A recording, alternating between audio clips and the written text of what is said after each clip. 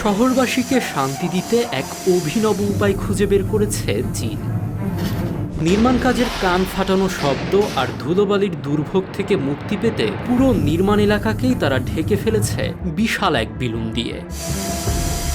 দূর থেকে বেলুন মনে হলেও প্রকৌশলবিদ্যার এই চমৎকার উদ্ভাবনটি হলো এয়ারডোম। মজবুত পিভিডিএ পর্দা দিয়ে তৈরি এই কাঠামোটি তীব্র গতির ফ্যানের বাতাসের চাপে দাঁড়িয়ে থাকে।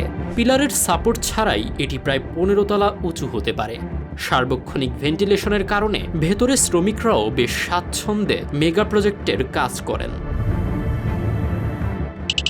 আমাদের ভিডিওগুলো ময়মনসিংহ থেকে দেখছেন সোহেল রানা, পঞ্চগড় থেকে দেখছেন সঞ্জীব রয়, ফরিদপুর থেকে দেখছেন মোহাম্মদ সুজন খান, জয় দেখছেন বরিশাল থেকে এবং খাগড়াছড়ি থেকে দেখছেন পঙ্কজ বড়ুয়া। আপনি কোথা থেকে দেখছেন তা জানিয়ে দিন কমেন্ট বক্সে।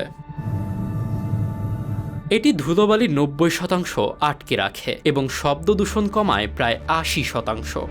বড় নির্মাণ কাজে প্রচলিত শেডের চেয়ে এতে খরচ বাঁচে 20 থেকে 40%। তবে ছোট বাড়ি তৈরিতে এটি সাশ্রয়ী নয়। এর দাম নির্ভর করে আয়তনের ওপর।